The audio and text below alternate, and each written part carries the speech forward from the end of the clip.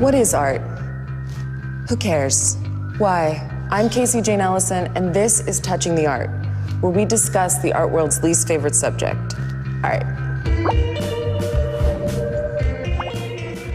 How archaic is the art world? I walked up naked to the mat. That's outrageous. Virile, macho men. Who? Was I just being a dumb idiot? I don't think it's funny. Yeah! Come on, baby Franco!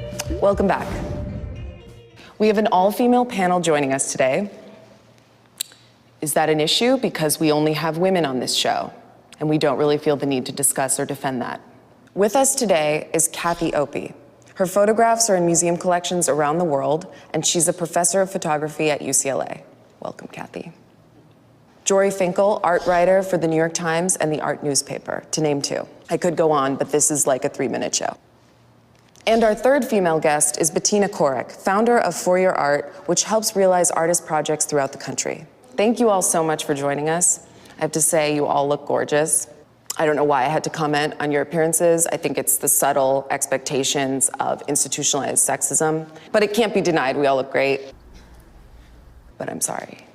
Topic 1, contemporary art isn't for everyone. Just kidding, I don't really know what you're into.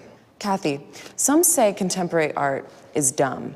I hear that all the time in museums. It drives me crazy, like where people are looking at something, they're like, my 4-year-old does it better.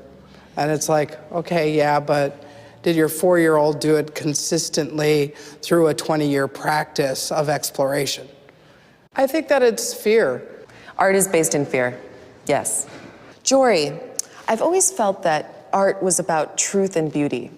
Was I just being a dumb idiot? You were just being a romantic. Capital R, 19th century style romantic. Art can be about truth and beauty, but something happened around the turn of the century, and that would be the turn of the 20th century. Dadaism, futurism, surrealism, Orphism. Dwarfism? Constructivism. All of these avant-garde movements really tried to dislodge the place of beauty in the art world. Sad. Aw. My final word on the subject is that art is just like anything else, except a little more off-putting. Just give it a chance. Topic 2, Francoian art.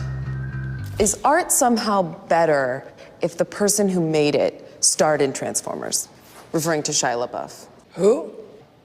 Do you think so? Yes. Because you love Transformers? Exactly. It's more of a question, is it becoming better on a larger scale in terms of popular culture? So with James Franco redoing Cindy Sherman's untitled film stills, does that mean that all of a sudden somebody who didn't really know that work will actually go and look at Cindy Sherman's untitled film stills? Bettina, do you think becoming an artist makes a rapper, actress, or former president more interesting? I think that particularly with rappers or actresses, they may already consider themselves artists, and that word means a lot of things to a lot of people. I'm an artist, so.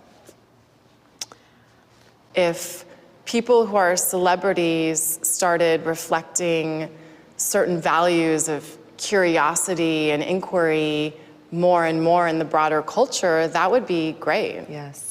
David Robbins wrote an essay called High Entertainment where he talks about how can we even think of celebrities as applied performance artists in that way? Like, is Kim Kardashian or Paris Hilton, if they're so conscious of how they're presenting themselves and creating these personas, I think it's also interesting to think about that. You know, I feel like Franco is a son of Warhol that way. Oh, that'd be a really good video. Maybe we can get Matthew Barney to like birth Franco out of the vagina of Warhol. Yeah! Come on, baby Franco!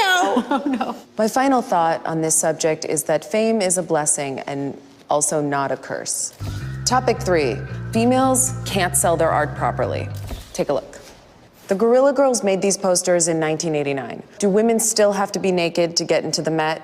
And of course, we all know the answer is yes. I don't know. The other day, I walked up naked to the Met, and they wouldn't let me in. That's outrageous. I think so. On a scale of fainting couches to contemporary fainting couches, how archaic is the art world? I have no fainting couches.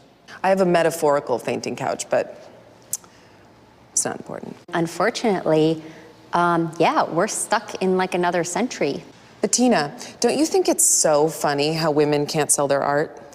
I don't think it's funny. No, I know. Yes.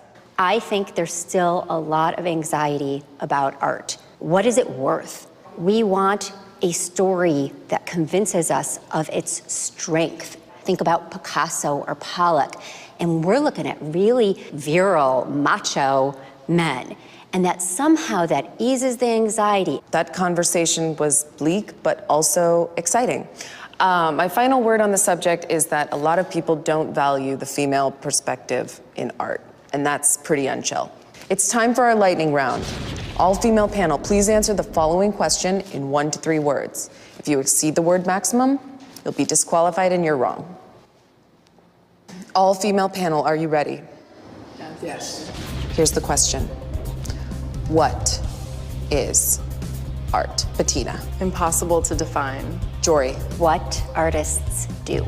Kathy. I am art. You're all wrong. The correct answer is art is love. I would have also accepted art is alive or art is dead. I want to thank our distinguished and not to mention female guests for joining us today. I love you all. Goodbye.